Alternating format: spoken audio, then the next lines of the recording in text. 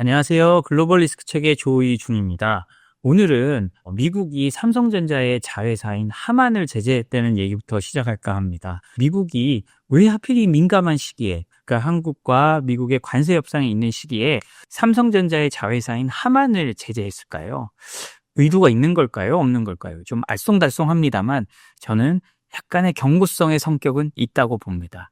그리고 한국에게 잘 하라, 우리가 지켜보고 있다라는 메시지를 보내고 있다고 생각이 들거든요. 특히 관세 협상을 하면서 이런 걸 터뜨리면서 서로 압박하는 카드로 쓸 충분한 요인이 있다고 생각합니다. 그 내용 한번 살펴보겠는데요. 미국 정부는요, 이란 제재를 위반한 삼성의 자회사인 하만 인터내셔널이 벌금 145만 달러, 약 20억 원을 내기로 동의했다고 발표했습니다. 발표된 정보에 따르면 하만은 자회사의 소속 간부 일부가 제재로 금지된 이란으로의 하만 제품 수출을 알고도 방관 은폐했다는 내용인데요. 이 내용을 보면 사실 충분히 제재당할 만한 내용입니다. 그리고 그 직원들이 은폐하려고 했던 내용들도 충분히 나옵니다. 근데 제가 주목하는 건요, 당연히 그런 것도 있지만 왜 지금이냐라는 거거든요. 일단 그 내용 먼저 살펴보도록 하겠습니다. 미 재무부 해외자산통제국 오펙이라고 하죠. 그래서 낸 보도자료를 보면요, 하만은 대이란 제재 위반과 관련된 민사책임 문제를 해결하기 위해서 145만 달러를 지불하기로 합의했다고 합니다. 2년이 넘는 기간 동안 하만의 미국 자회사의 해외 직원들이 아랍에미리트 유통업체로부터 이란으로 자사 제품이 유입되도록 사실상 방관하고 허용했다는 건데요. 합의 금액은요, 하만의 위반이 중대하지만 자진 신고됐고 위반 사실 발견 이후에 하만이 시행한 시정 조치를 오펙이 고려했다고 발표했습니다. 구체적인 내용을 살펴보면 이렇습니다. 2018년 5월부터 2020년 10월까지 하만의 UAE 유통업체에서요, 하만 제품을 이란 고객에 판매했는데 이 과정은 하만의 미국 자회사 직접 고용된 영국 국적의 직원 13명, 그러니까 영국 세일즈 팀이라고 불리는데요. 이 사람들이 인지하고 사실상 지원하에 이루어졌다고 합니다. 이들 직원은 모두 중간관리자급으로 영업이사, 영업운영이사, 재무선임이사, 상업선임이사 이런 이사 직함을 달고 있었는데 이 사람들이 고의적으로 제재를 위반했다는 거거든요. 이 하만 제품은요, 덴마크 창고에서 유통업체에 인도된 이후에 최종 목적지를 직접적으로 파악하지 못했으나 영국 세일즈 팀은 유통업체다요. 그러니까 UAE에 있는 유통업체가 하만 제품을 이란으로 유통하는 관행을 인지하고 있었다고 합니다. 일부 직원들은 이러한 거래가 금지되었거나 승인되지 않을 수 있다고 의심했고 최소한 한 명의 최종 사용자가 이란 정부였던 걸로 보인다고 합니다. UAE로 보냈는데 이 UAE의 유통업자들이 몰래 이란으로 보낸 거고 그중에 최종 하나는 이란 정부였던 것도 나온 겁니다. 그리고 사실 영국 세일즈 팀이 어떻게 이걸 숨겨왔는지도 나오는데요.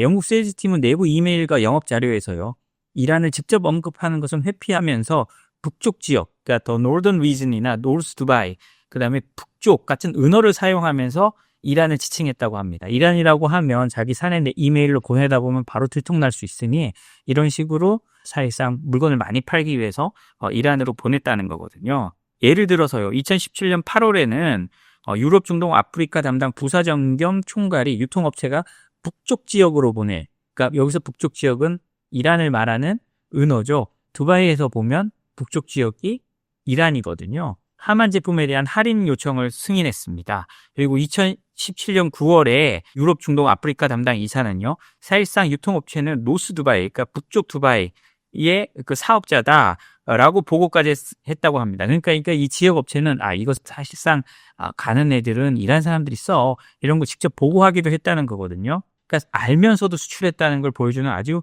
강력한 거죠. 그 2019년 11월 5일 1년의 분쟁 이후 하만 프로는 유통업체에 계약 해지를 통보했다고 합니다. 그리고 2020년 10월 27일자로 거래를 종료했다고 하는데요. 문제는 하만이 이런 제재 관련 리스크를 모니터링하거나 감사하기 위한 공식 시스템이 없었다는 겁니다. 법무팀은 일반적으로 사업부서에 문제 인지를 맡겼고요. 글로벌 전자기업인 하만에는요, 삼성의 자회사고 엄청 큰 오디오 기업이지만 하만에는 미국 제재 및 수출 통제를 담당하는 직원이 단 한 명뿐이었다고 합니다. 그리고 이 인물은 해당 업무를 제대로 수행할 전문성과 도구도 부족했다고 하고요. 사내 변호사들 역시 제재와 수출 통제 관련 교육, 시간, 자원이 부족했다고 합니다. 그리고 실제로 오팍은요, 기록 부족과 영국 세일즈 팀의 이란 수출 은폐 시도 때문에 유통업체가 이란으로 유입시킨 제품의 총 가치를 명확히 산정할 수 없었다고 말했습니다. 이에 따라 오팍은 2018년 5월 22일부터 2020년 10월 27일까지 11건의 선적을 기준으로 하만이 이란에 판매한 제품의 총 가치를 14만 8천 달러로 추정했다고 하는데요. 실제로 훨씬 더 많았지만 그나마 근거를 가지고 추정할 수 있는 게 14만 8천 달러밖에 안 된다고 하는 겁니다. 근데 14만 8천 달러를 수출했는데 벌금은 145만 달러, 10배를 때린 거잖아요. 자진 신고를 했는데도 그 금액의 10배를 때렸다는 건 그만큼 이 미국이 이거를 중대하게 보고 있다는 겁니다. 미국은 자진 신고를 하고 자체적으로 제재 예방 시스템을 갖추면 벌금의 50%를 깎아줍니다. 이번에도 그거 나와 있는데요. 사실 이번에 하만에 매길 수 있는 민사벌금의 최고 금액은 415만 달러였다고 합니다. 그런데 하만이 자진 신고를 하고 같이 체계를 갖추겠다고 해가지고 그 금액을 200만 달러로 깎아줬거든요. 그러면서 최종 합의 금액을 145만 달러로 했다고 미국에서 밝혔습니다. 근데 이런 걸 보면 보통의 악의가 없거나 이게 바로 숨기려고 안 했으면 벌금액의 한 90% 이상을 깎아주기도 합니다. 99%를 깎아주는 경우도 많죠. 410만 달러였으면 실제로는 한 4만 달러 정도만 내도 되는 경우가 부지기수입니다. 그런데도 145만 달러가 깎였다는 건 미국이 분명하게 경고를 준 거라고 저는 생각을 합니다. 많이 깎아주지 않은 거거든요. 그 통례를 보면요. 많이 깎아주지 않았기 때문에 그만큼 이 문제를 심각하게 보는 거고, 미국이 뭐 하만이 삼성의 자회사인지 몰랐겠습니까? 알면서도 이렇게 한 거는 삼성에도 니들도 자회사 관리를 잘해라라고 경고를 준 거고요. 저는 전체적으로 보면 한국에도 경고를 준 거라고 생각을 합니다.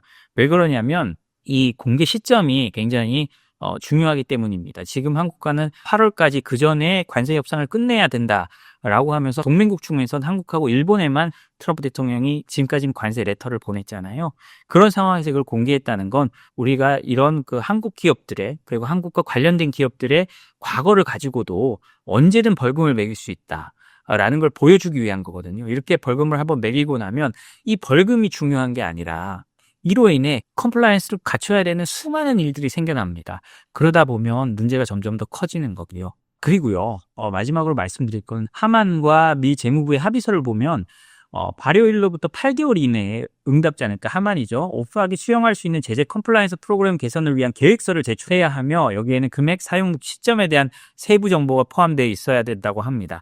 그러니까 제가 뭐 방송에서 늘 말씀드린 제재 컴플라이언스 프로그램, 생션 컴플라이언스 프로그램, SCP라는 거 꼭 만들어라 라는 내용인데요. 그러면서 그리고 익스포트 컨트롤 컴플라이언스 프로그램, 어떤 수출 통제하는 프로그램을 만들어서 니들이 어떻게 하고, 그리고 이거를 여기에 대한 DB를 쓰고 이런 거를 너희들이 만들어라 라는 거, 우리를 보여줘라 라는 건데요. 그리고 이 응답자의 계획이 약속 이행이 충분하지 않거나 계획 실행이 불충분하다고 오프하게 판단할 경우 일부 또는 전액 공제를 거부할 수 있다라는 거거든요.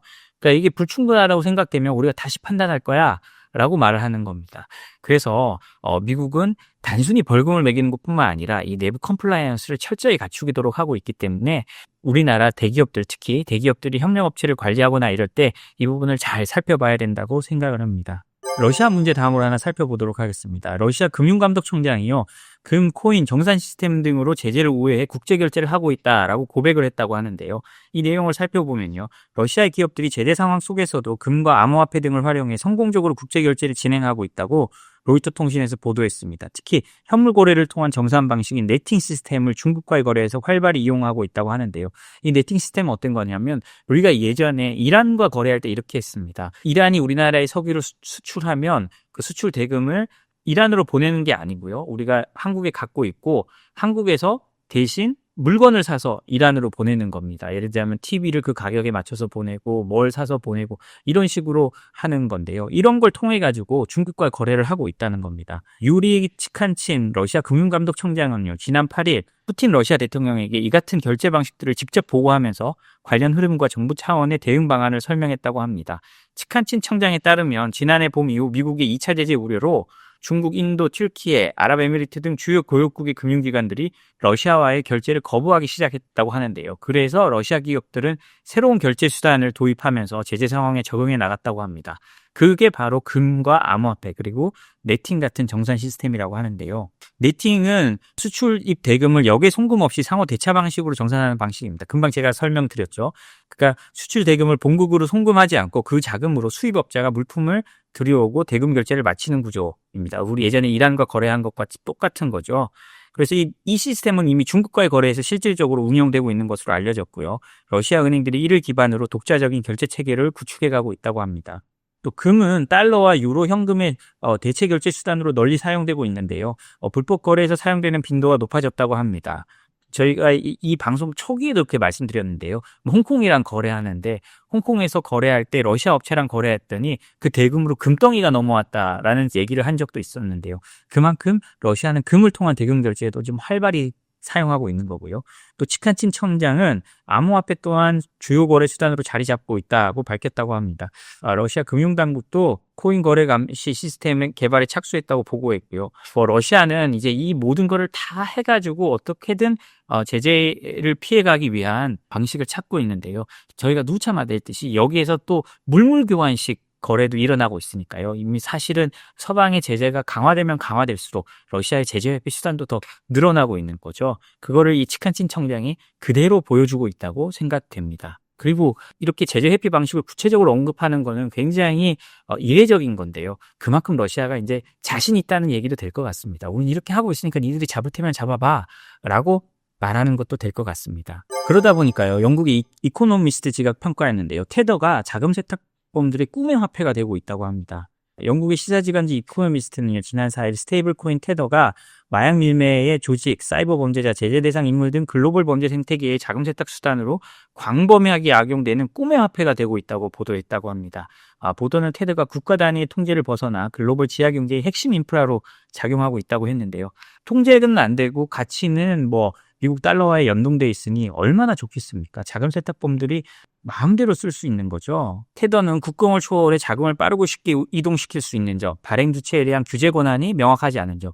또 달러를 기반으로 하고 있지만 테더는 일반 회사가 발행해가지고 유통시켜 버리니까 미국 정부가 어떻게 규제가 불가능한 겁니다. 그리고 수수료가 현저히 낮다는 점에서 자금 세탁에 아주 이상적이라는 거죠. 그래서 크리스틴 라가르드 유럽 중앙은행 총재는요, 스테이블 코인이 통화 결제 수단 결제 인프라의 경계를 모호하게 만든다면서 이로 인해 돈의 민영화가 촉진될 수 있다라고 경고했다고 합니다. 자금 세탁을 하는 데는 당연히 유동성이 높을수록 좋겠죠. 테더의 높은 유동성과 낮은 수수료는요, 이러한 범죄 활동을 촉진하는데 아주 중요한 역할을 하고요. 통상 자금 세탁 업자들은 최소 10%의 수수료를 받는데 테더를 사용하면 거래당 3% 미만의 수수료만으로도 자금 세탁이나 이런 걸 충분히 할 수 있다고 하거든요. 그러니까 얼마나 효율적인 자금 세탁 수단이 된 겁니까? 그래서 세상은 발전하고 스테이블 코인이나 이런 대체 수단이 발전하지만 이로 인한 이제 리스크도 점점 커지고 있다는 것을 우리가 꼭 깨달았으면 좋겠습니다. 오늘 저희가 준비한 소식은 여기까지입니다. 저희가 이런 하만과 같은 일이 일어나지 않기 위해서 저희가 서울경제진흥원이랑 같이 해서 이런 제재 규정 준수 프로그램을 만들어주는 것도 하고 있습니다. 저희 방송 들으시는 분들 저희 하단에 링크 같은 걸로 1:1 컨설팅 신청하시고 그걸 통해서 그 제재 규정 준수 프로그램을 신청하시면 굉장히 충분히 그런 걸 만들 수 있을 거니까요. 꼭 좀 한번 생각해 주시고 저희 응모해 주시면 감사하겠습니다. 그럼 또 다른 소식으로 내일 뵙겠습니다. 구독과 좋아요, 알림 설정도 부탁드리겠습니다. 감사합니다.